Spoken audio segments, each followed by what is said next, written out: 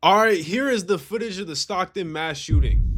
So here's how we're gonna do this. We're gonna react to this quick little clip of the mass shooting real quick so you guys see kind of what happened. Then we're gonna do some little updates. All right, some of MBNel's ops has spoke up on the situation, and his own dad spoke up on this situation. So we gonna get into all that, man. First, what we're gonna do is we gonna see this clip. We're gonna break it down a little. Yeah, come on, let's get it. Fuck. Just by that, you can hear that it's number one, a switch, and number two, more than one people, right? Likely two or three. And I already told people when switches came out, this shit gonna fuck everything up. This shit is gonna make crime just splurge. And I was right. Look at this shit, bro. Damn. Y'all heard that? Damn. Ooh. Bro, that shit's so loud you can't even hear it. That sound like Baghdad or Iraq or some shit. Ooh, in person, bro. I got shot. Let me tell you, I got shot with just boom, boom, boom. Not even a switch. Switches are like automatic, right? It's so loud you can't even hear it. Make it make sense. I don't know how to explain it. You just have to know. If you know, you know. It is so fucking loud you cannot hear it. So if it was loud on that cam right there with that shit ass butt cheek audio, you can only imagine what the fuck they heard, right? Damn. Bro got in the car. Wait, he hiding in the car. Look, let's go through it one more time. All right.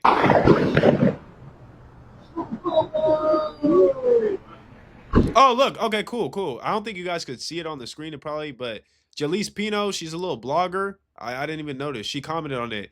It wasn't one shooter. It was four. That's why you can hear multiple gunshots. I don't know how reliable that is, but if it's four, that makes sense right there because you can hear it.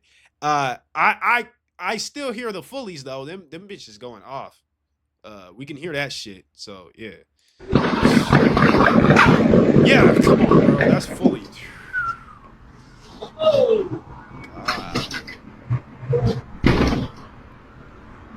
That's kind of what I don't like though is bro over here just fucking dipped and ran. I don't know if this is Billy and MB now. I don't know who this is though. Yeah, no, this shit's crazy. Fuck. Dude, man, I can only imagine how it sounded in person.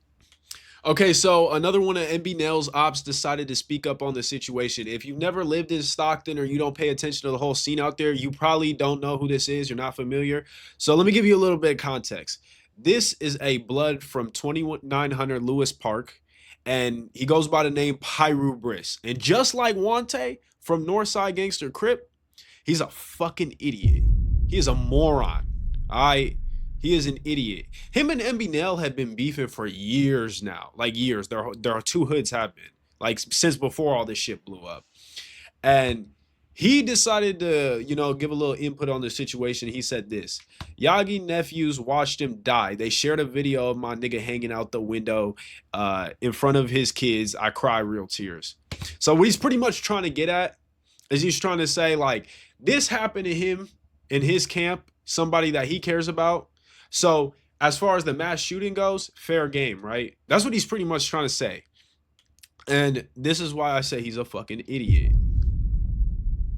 Oh shit! Oh shit! Oh shit! Bro, number one, like from a moral aspect, right? Two wrongs don't make a right. Like they really don't. Just because something happened to your kids because of your guys' dumbass decisions don't mean that it's fair to go hurt somebody else's kids. Kids are off limits. That's been the rule. I was about to say the new rule. It's been the rule. All right, number two, Pyru. You know what? Nah, you didn't. Fuck this nigga. We gonna call you Pyru Piss for the rest of the video.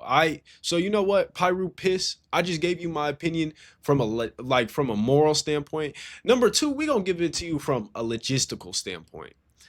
Logically speaking, would you be in a situation, you or your affiliates, to have something like this happen, which you just said over here, if you guys weren't out there dissing ops, spinning blocks, all this dumbass shit you guys brag about on Instagram and rap about, right? Would this happen to you? Hell no. Hell no. But you guys wanted to do all that. So that's what come with it, right? That's what comes with it. Now, unfortunately, both gangs in here are both fucking stupid. And y'all all punks, y'all don't want to get out of a car and go run up and get your target. You guys want to fucking spray a car with fully that you got to look cool off the street, right? So it is what it is, bro. So then you get this. This is what happens, man. You get these fucking red hair, weird looking beer gut, Teletubby looking ass dudes who have like such an opinion. Guy's probably like 35 by now, speaking like he like what the like. Shut up, dude. Shut up. You and Wante are both fucking idiots. Both of y'all. And then you saw it with the nigga Wante. He tried to take back what he said. He tried to say on his Instagram today, he tried to say, I wasn't talking about the kids. I was laughing at Lebo. Nigga, you literally mentioned the kids getting shot. But now that the gangsters aren't looking at you some way, you try to backtrack. You see, these gangsters ain't so tough when it comes down to real situations. Look at them, right? And then number 3, the third thing I noticed from a police aspect, you are asking for it. Bro, I just had a reaction that got like almost 25,000 views, right? On my small channel. And you guys were the fucking main gang that was being talked about in this mass shooting thing as like a suspect. The police are like literally considering you guys and like 3 other gangs. If I were you, I would not be posting no shit like this. I would be at church making the fucking choir boys look like YNs. I swear on everything. But you want to get on Instagram and say dumbass shit. You and Wante give me some headaches, bro. Like, you guys are even allowed to, like, oh my gosh, bro. I can't with you. Y'all two are fucking stupid. All right, here's the part that most of y'all came here for.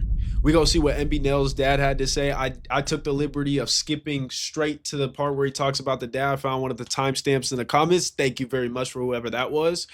So we're gonna see what MBNel's dad had to say about the mass shooting. Come on. Let me explain to you what his father had to say. His father, Lou, was, of course, interviewed, and he said that he has talked to MBNel. MBNel is all right. His daughter-in-law, who was shot in the ass during this altercation, is also okay, but they are scared for their lives. Understandably. Call him on the phone and say, Dad, you know, I'm going to tell you guys right now, straight up, don't tell anyone I called you. I'm in fear of my life. He feels that it's going to be an ongoing situation. These guys, it's going to be ongoing because it's been going for like 5 years now. Guys, this is not MBNel's first time being shot at. He's been getting shot for a long time. Targeted him for death. And usually when that happens and people are willing to go to the extremes to go shoot you up at a child's birthday party, it's pretty damn serious. But here's the cowardice kicker of it, right? 2 years prior to this incident even happening, the gangster rapper MBNel had moved out of the Stockton area due to death threats and people wanting to get on him, right? Yeah. Ain't nothing wrong with that. If you know that there's in fact, I don't know why you stupid ass Stockton rappers stay in there anyways, man. Like, some of these people be getting money and staying in these shit cities. I live there. There ain't nothing to stay for, bro. You can get enough to get a 1-bedroom apartment in the suburbs. Gone. Some shit going on right there, some shit brewing. You just created chaos. The best thing to do is get the hell on, right? If your life is taking a bad turn in that area, it's time to go. But if you continue to rep that area, if you continue to woof on songs about hurting people and their children, if you continue if you actually listen to like MBNel for the last year and a half, bro, he's been making like a lot of like kind of star music, like some Playboy Cardi type shit. You can tell he's been trying to move away from it. But then you go through the comments and you know what all the fans are saying? We miss the old Nell. That's what happens, bro. People like where you started from. And unfortunately, that's the bullshit. The violence, the guns in the videos, throwing up the gang signs, dissing people. That's what the fans like. Honestly, the fans who are talking so much about this situation, how it's wrong, helps fuel the bullshit. You don't see people like you see me and a couple other people. We get on these podcasts, or not podcasts. We get on our channels and shit. And we say, hey, this is some bullshit. This stupid, bro. Like, y'all look hella lame. Y'all look hella dumb. Everybody else before this was fucking fueling it. Everybody else was saying, oh yeah, if y'all don't slide, y'all scary, y'all this, y'all that. You didn't see nobody really saying this some BS. The only time they'll say is when it gets to this level. Why do we have to get to this level for y'all to finally wake the hell up? Disrespect the gang that you left 2 years ago when you moved to Sacramento, the Sacramento area, then what do you expect to happen? 2 years prior to this incident happening, his dad said that his house was shot up, and now him, MBNel's father, and his mother fear for their lives because they believe that these people who did this, whoever did this, knows exactly where they live because they've shot that house up before. Yeah, I'm explaining you why, bro. Because Stockton is such a small city. People know each other, and it's so violent and vicious, and people remember. I'll literally tell you, right now, 2 months ago, we still have a house in Stockton that some of my family live in, right? Relatives of me, cousins and stuff, my age. Our house got shot up 30 times with 30 bullets. The bullets are still there. I could literally post a video on Shorts if y'all want to see it. And the bullets are still in the wall. And you know who did it? Some niggas I went to high school with. Some niggas I played basketball with. I used to walk home with these niggas. So the reason they were able to do it is because they knew where we lived. It wasn't because of me. I didn't beef with them, but somebody in my family, they went and aired the house out. Now the house got bullets everywhere. I don't even want to go back. My little cousin, who's like, my little cousin's 12 years old. He was in the house when it happened. True story. Dead serious. Right off of A Street. There's probably a news article y'all can find on it if you don't believe me. Okay, so it's a situation where his big mouth got him in big trouble. Straight up. And people are fucking tired of these gangs. They're tired of every time they go outside, their shootings. They can't take their kids to birthday parties. Can't take your kids to the mall. Can't take your kids to Chuck E. Cheese. Can't take your kids to get a car wash. Because at the end of the day, you have to worry about two Edgars confronting each other and shooting at each other. Now, in this situation, this dude MBNel is pretty known in the Stockton area to be a violent gang member or part of a violent gang. I'm not going to necessarily put it on him and say that he's violent, but he's pretty much well known to be from a gang, and there's a lot of disrespect goes on. If you notice, a lot of these Stockton rappers, Sacramento rappers, Merced rappers, I'm not going to just target fucking people. That's not what I do.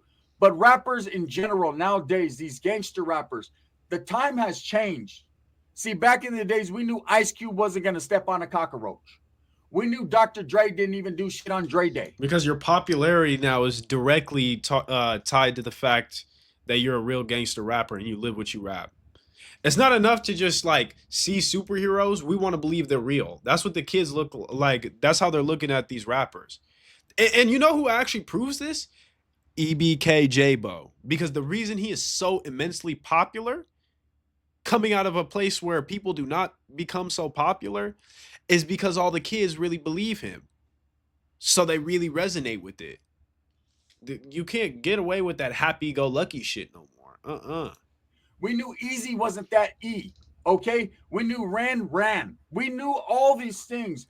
Hey, we listened to the gangster music because of the beat, because of the flow, because we could identify with the lifestyle. But at the end of the day, we knew not one of these dudes, not one I just said right now, including Ice-T, was going to kill each other, okay? They weren't, when they dissed each other, the Wild Wild West, Kumo D and Big Daddy Kane didn't talk about killing each other. They talked about killing each other on the mic, right?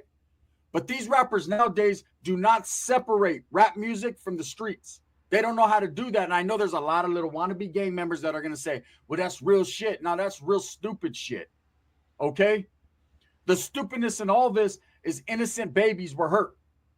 That's the stupidness. The stupidness is that this dude, MBNel, knowing that people were actively seeking his whereabouts, that were actively looking aggressively for him, if he was scared enough to get on and move to the Sacramento area 2 years ago, according to his father, his own father, right? Then you obviously know what time it is. You know, he should have never pulled up. Now, according to what I'm hearing, it was his friend's daughter's, 6-year-old daughter's birthday party, and he just was there to give a present, right? Whatever the case may be. You guys as gang members lose that privilege. People want to kill you. You clearly just saw. People want you dead. You guys don't have the privilege of getting to go do normal things. This is why I tell you all the time, gangbanging is hella lame. You can't even go downtown and get some ice cream at the store or some shit. Somebody will kill you because you didn't said the wrong thing on Instagram. Y'all lost that privilege. Sorry, it is what it is. They were waiting on his ass because if he was just in and out to give a present, in that end, they outburgered him, right? He got that double-double. And in the midst of that, he gets shot. Now he's put his wife in jeopardy. She pulled up with him. She gets shot in the ass. Imagine how she feels right now. She can't sit. BBL blown out. And she feels like, wow, being with this guy is real life. Now, I know a lot of women and even men, man, they crave and they seek that gangster lifestyle. But I'm here to tell you guys right now, it ain't as pretty crimson and clover and roses and daisies as you think it is. It gets real out there in them streets. When you're online, he actually just said so much facts. Like, really catch on what he said. And here's the thing: MBNel is at the peak echelon of gangsterism, right? He is a famous, like a mainstream famous rapper. Same with J-Bo, right? Everybody knows him. He makes money from this shit, right? Immensely popular. This is the top echelon of gangsterism. And look what he's going through. He's the victim of a mass shooting where his wife was shot in her BBL, right? And J-Bo's fighting the feds for his fucking life right now. FBI, open up! Right? So everyone's going through it. This, if they're having a hard time right now, this should prove to you gangsterism is a whole sack of bullshit. Disrespecting people, when you're putting lyrics in a rap song, disrespecting their dead homies, or talking about what you're gonna do, you know, hey, you can reap what you sow. You make your bed, you're gonna lay in it. When you're out there making rap songs with lyrics like, if I see you, I'm smacking you on sight. I don't care if you're with your children. I don't care if you're with your mama. We up in polls. That was another thing, man. All these fly boys are saying, yeah, the whole kids thing, it's out of pocket, which it is. Bro, Nano just dropped a song not that long ago that talked about doing something to kids. Like, if kids were there, he don't give a shit. So y'all say the same thing in y'all songs too. The whole, like, you guys gotta understand, the shifts moved. Now this type of shit is glorified. Around here, this is. I think it was glorified, but this is the first time someone really did it, if you know what I mean. Live gangster shit. Meanwhile, you're not even in the area. You're in the Sacramento area hiding out because you've already told your father, and your father knows that you're scared to be in the area because people want to get you. But you Why wouldn't you be, to make bro? rap music and bait these individuals. Look, I know people are going to say, well, hey, he got what he had coming. In a sense, yes. If you speak it to existence, it comes, right? But at the same time, like I said in my video yesterday, there's a time and a place for everything, and you got to learn how to read, right? You got to read the room. If it's a children's birthday party, you know that's where he's going to be lacking. That's where he's going to pull up.